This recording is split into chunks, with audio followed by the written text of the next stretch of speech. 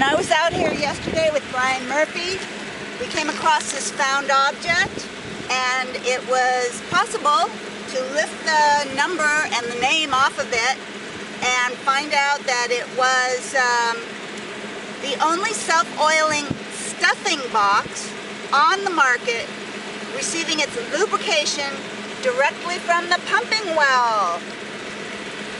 So it is a heavy little guy, and this model looks to be a bit newer than the original 175 and 176 models that were talked about in the brochure.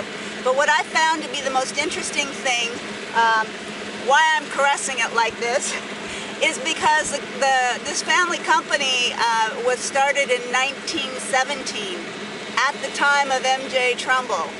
So this was some engineering excellence. If you look at that patent and you look at all the things that this invention did for the oil well to save money and save downtime, it really added efficiency in the oil well and therefore profitability. And as Farmer Jones would say to his campers, well now.